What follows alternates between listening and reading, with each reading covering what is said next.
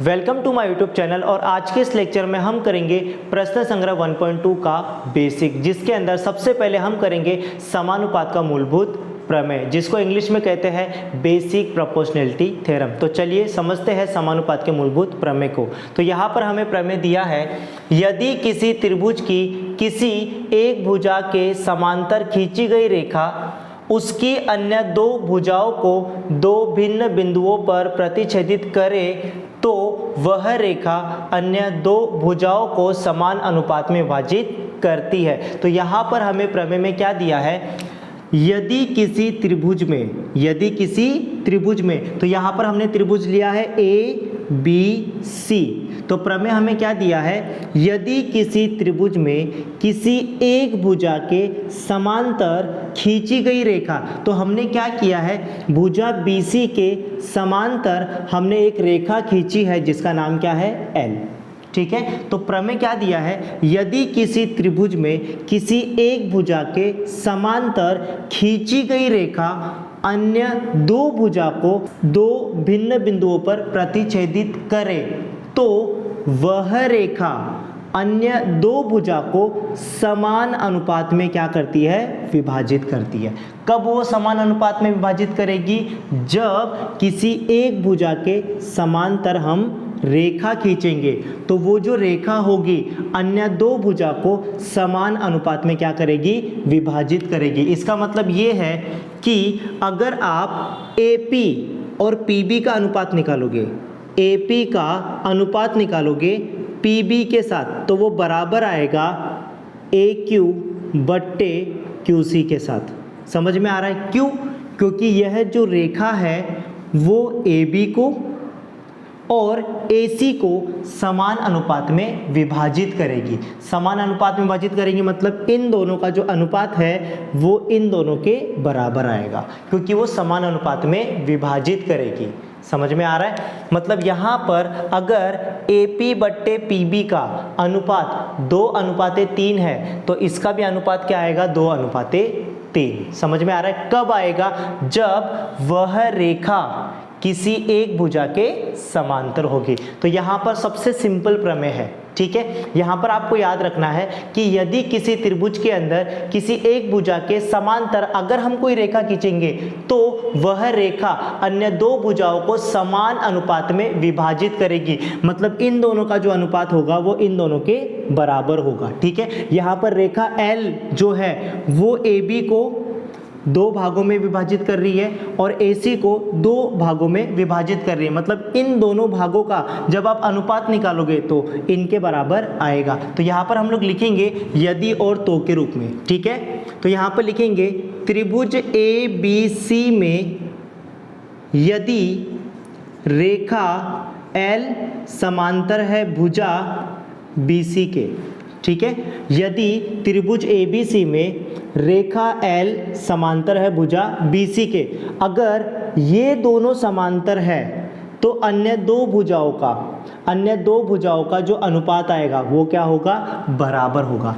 तो यहाँ पर क्या होगा, AP बट्टे PB ये किसके बराबर होगा, AQ बट्टे QC के। कब होगा, जब किसी एक भुजा के समांतर हम कोई रेखा खींचेंगे तो वह रेखा अन्य दो भुजाओं को समान अनुपात में क्या करेगी, विभाजित करेगी। समझ में आ रहा है? सबसे सिंपल प्रमेय है ये समानुपात का मूलभूत प्रमेय। तो यहाँ पर आपको सिंपल याद रखना है कि अगर किसी त्रिभुज के अंदर एक भुजा के समांतर अगर कोई रेखा है तो वह रेखा अन्य दो भुजाओं को समान अनुपात में विभाजित करेगी। ठीक है, तो यहाँ पर हमने एग्जाम्पल के लिए एक डायग्राम बनाया है और उसको मैंने आपको अच्छे से एक्सप्लेन कर दिया। तो यहाँ पर ध्यान से देखिए बेटा, अगर त्रिभुज ABC के अंदर यदि रेखा L समांतर है भुजा BC के, रेखा L समांतर है भुजा BC के, तो रेखा L जो है वो अन्य दो भुजाओं को समान अनुपात में क्या करेगी, विभाजित करेगी। इसका मतलब AP बट्टे PB ये किसके बराबर होगा, AQ बट्टे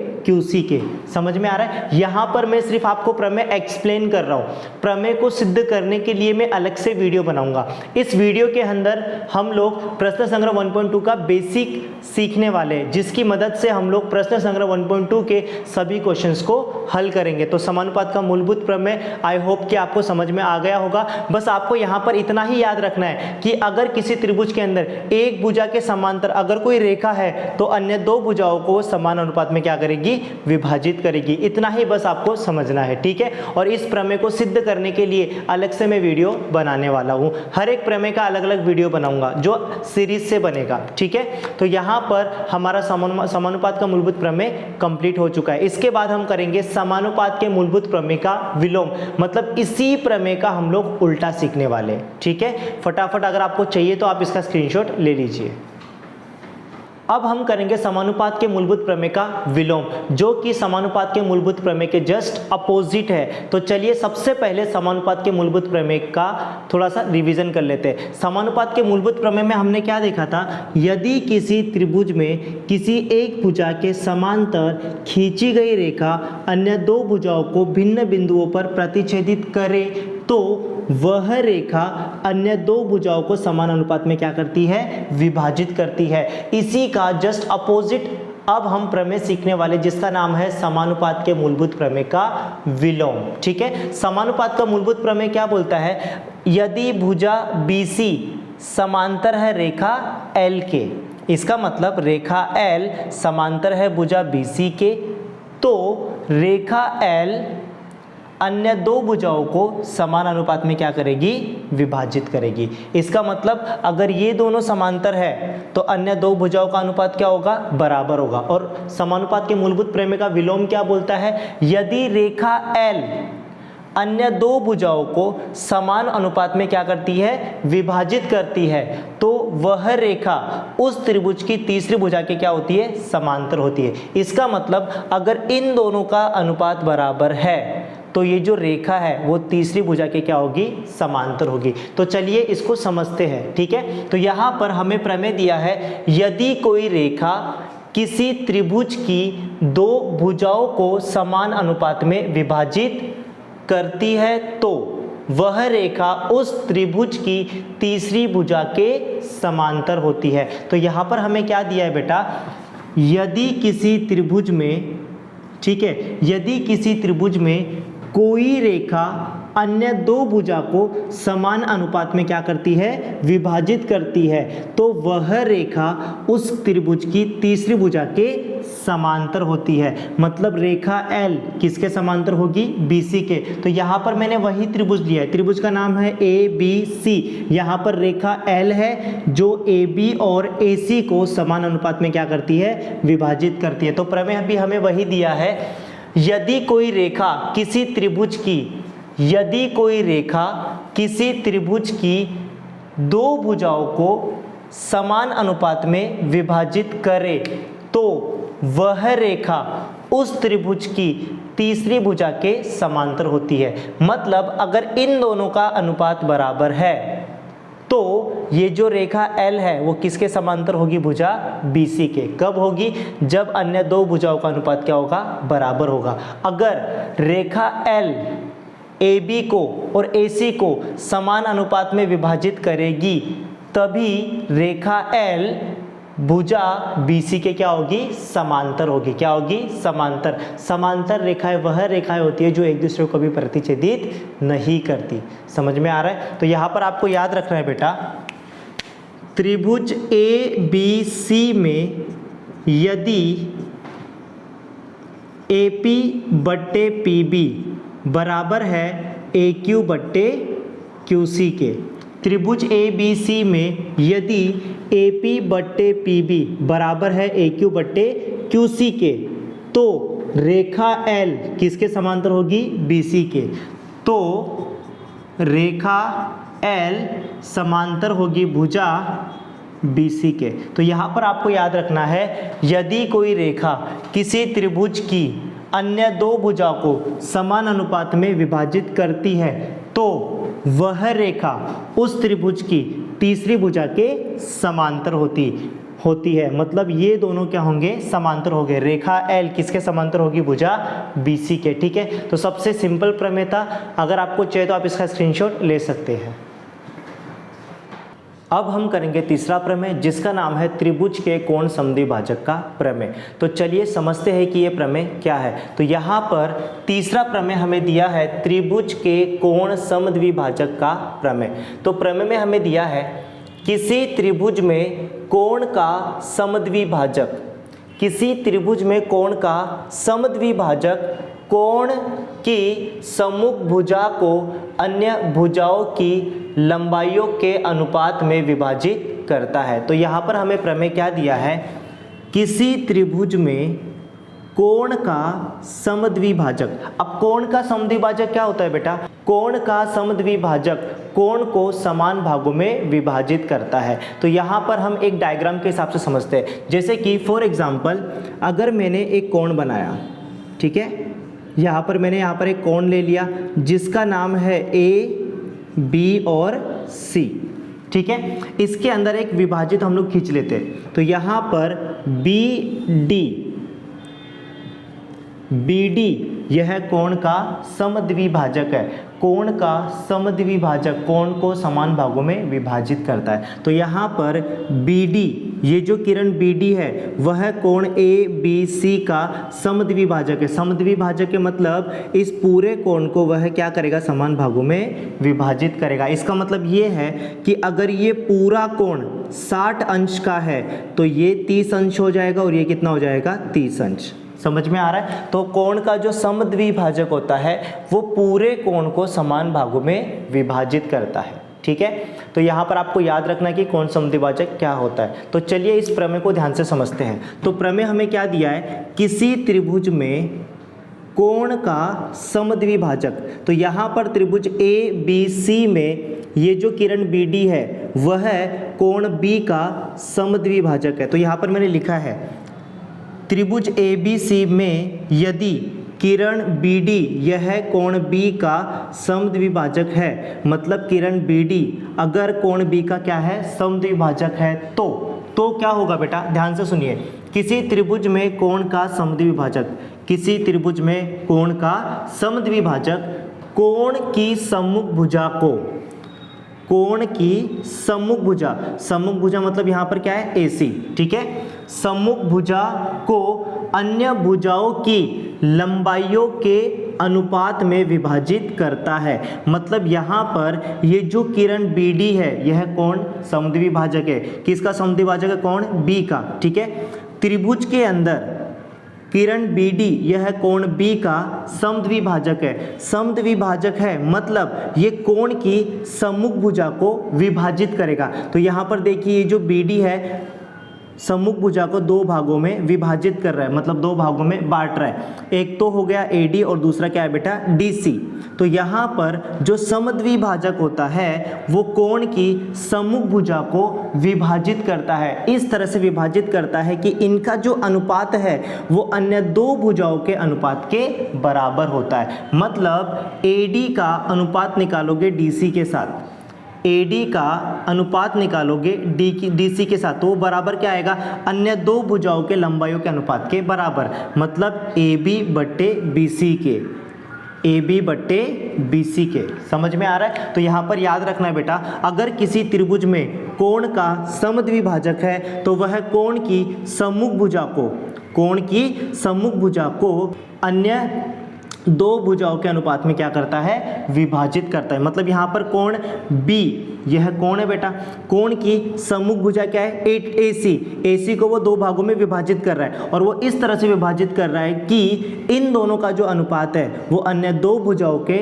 लंबाइयों के अनुपात के बराबर है। इसका मतलब AD बट्टे DC ये किसके बराबर होगा, AB बट्टे BC के। तो यहाँ पर याद रखना है, यदि त्रिभुज ABC में किरण BD यह कोण B का समद्विभाजक है, यदि त्रिभुज ABC में BD यह कोण का क्या है, समद्विभाजक है, तो क्या होगा, AD बट्टे DC बराबर किसके आएगा, AB बट्टे BC के। समझ में आ रहा है? मतलब कोण की सम्मुख भुजा को वह अन्य दो भुजाओं के अनुपात में क्या करेगा? विभाजित करेगा। यह है कोण समद्विभाजक का प्रमेय। अब हम करेंगे त्रिभुज के कोण समद्विभाजक प्रमेय का विलोम, जो कि इस प्रमेय के जस्ट अपोजिट है। तो यहाँ पर थोड़ा सा रिवीजन कर लेते हैं। हमने त्रिभुज के कोण समद्विभाजक के प्रमेय में क्या देखा कि यदि किसी त्रिभुज में कोण का समद्विभाजक है तो वह कोण की सम्मुख भुजा को अन्य दो भुजाओं के अनुपात में क्या करता है? विभाजित करता है। और त्रिभुज के कोण समद्विभाजक प्रमेय का विलोम क्या बोलता है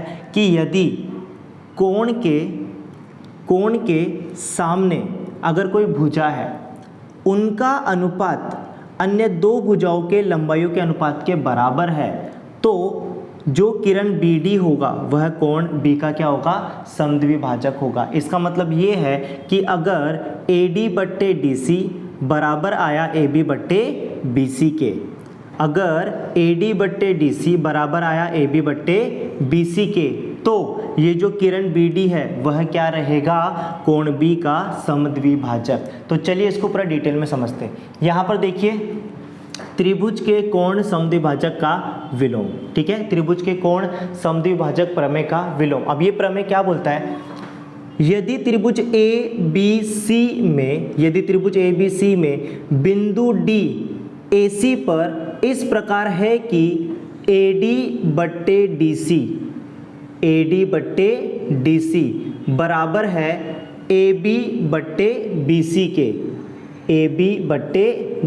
के, यदि त्रिभुज ABC में बिंदु D इस प्रकार है कि AD बट्टे DC बराबर है AB बट्टे BC के, तो ये जो किरण BD है वह कोण B का क्या हो जाएगा? समद्विभाजक हो जाएगा। क्या हो जाएगा? समद्विभाजक। इसका मतलब ये है कि अगर AD बट्टे DC बराबर होगा AB बट्टे BC के, तो ये जो किरण BD होगा वह कोण B का क्या हो जाएगा? समद्विभाजक हो जाएगा। तो यहाँ पर मैंने वही लिखा है, त्रिभुज ABC में यदि बिंदु D भुजा AC पर इस प्रकार है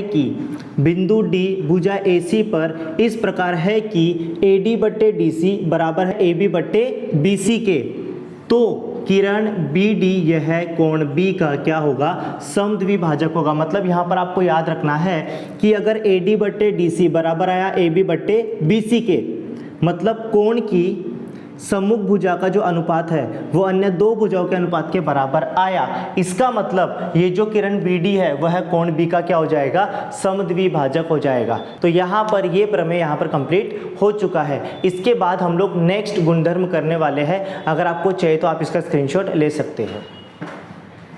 अब हम एक गुणधर्म करने वाले हैं जिसका नाम है तीन समांतर रेखाएं तथा उनकी तिर्यक रेखा का गुणधर्म। तो चलिए समझते हैं इस गुणधर्म को।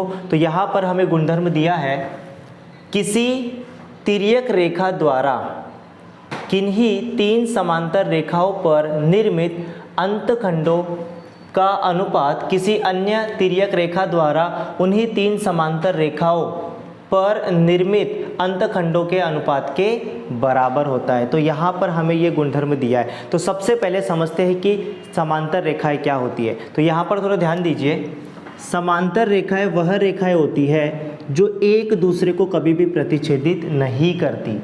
याद रखिए, समांतर रेखाएं वह रेखाएं होती है जो एक दूसरे को कभी भी प्रतिच्छेदित नहीं करती। यहाँ पर रेखा L और रेखा M, यह दोनों समांतर रेखा है, दोनों साथ में जा रही है, मतलब ये समांतर रेखा है। ये दोनों कभी भी एक दूसरे को प्रतिच्छेदित नहीं करेगी। अब तिर्यक रेखा क्या होती है?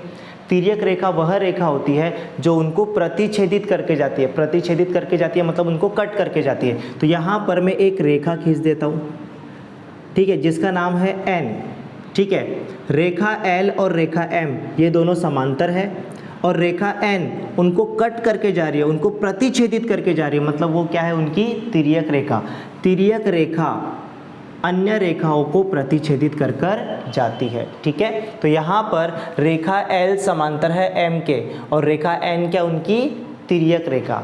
ठीक है, तो चलिए अब इस गुणधर्म को हम समझते हैं। तो गुणधर्म में हमें क्या दिया है? किसी तिर्यक रेखा द्वारा, तो यहाँ पर देखिए तिर्यक रेखा, यहाँ पर अगर हम लोग ध्यान से देखेंगे, रेखा L, रेखा M और रेखा N ये तीनों क्या है? समांतर रेखा है। ठीक है। उसके बाद ये जो T1 है वह तिर्यक रेखा है, T2 ये भी क्या है, तिर्यक रेखा। समझ में आ रहा है। तो यहाँ पर किसी तिर्यक रेखा द्वारा किन्हीं तीन समांतर रेखाओं पर निर्मित अंतखंडों का अनुपात। अब यहाँ पर देखिए ये जो T1 है, यह T1 क्या है बेटा, तिर्यक रेखा। यह तिर्यक रेखा है जो रेखा L, रेखा M और रेखा N को ABC पर क्या कर रही है, प्रतिच्छेदित कर रही है। और प्रतिच्छेदित करने के बाद यहाँ पर दो अंतखंड निर्मित हो रही है। अब अंतखंड क्या है बेटा, देखो एक तो AB ये अंतखंड है और दूसरा क्या है बेटा, BC। इनका जो अनुपात होगा, मतलब AB और BC का, AB बट्टे BC का जो अनुपात होगा, ठीक है, उसकी बात कर रहे हैं यहाँ पर। तो क्या लिखा है बेटा यहाँ पर, किसी तिर्यक रेखा द्वारा किन्हीं तीन समांतर रेखाओं पर निर्मित अंतखंडों का अनुपात, ठीक है, निर्मित अंतखंडों का अनुपात किसी अन्य तिर्यक रेखा द्वारा। अब एक और तिर्यक रेखा है, किसी अन्य तिर्यक रेखा द्वारा उन्हीं तीन समांतर रेखाओं पर निर्मित अंतखंडों के अनुपात के बराबर होता है। मतलब उन्हीं तीन समांतर रेखाओं को एक तिर्यक रेखा क्या करके जाएगी, प्रतिच्छेदित करके जाएगी, तब वहां पर भी दो अंतखंड बनेंगे। इनका जो अनुपात होगा, मतलब PQ बट्टे QR, ठीक है। यहाँ पर प्रमेय हमें क्या दिया है, अगर तीन समांतर रेखाओं को अगर कोई तिर्यक रेखा क्या करके जाती है, प्रतिच्छेदित करके जाती है, तो अंतखंडों का जो अनुपात होता है वो क्या होगा, बराबर होगा। इसका मतलब क्या है, AB बट्टे BC ये किसके बराबर होगा, PQ बट्टे QR के। कब होगा, जब तीनों रेखाएं समांतर होगी और दो क्या होगी उनकी, तिर्यक रेखा। तो अंतखंडों का जो अनुपात है वो क्या होगा, बराबर होगा। इसका मतलब AB बट्टे BC ये किसके बराबर होगा, PQ बट्टे QR के, PQ बट्टे QR के।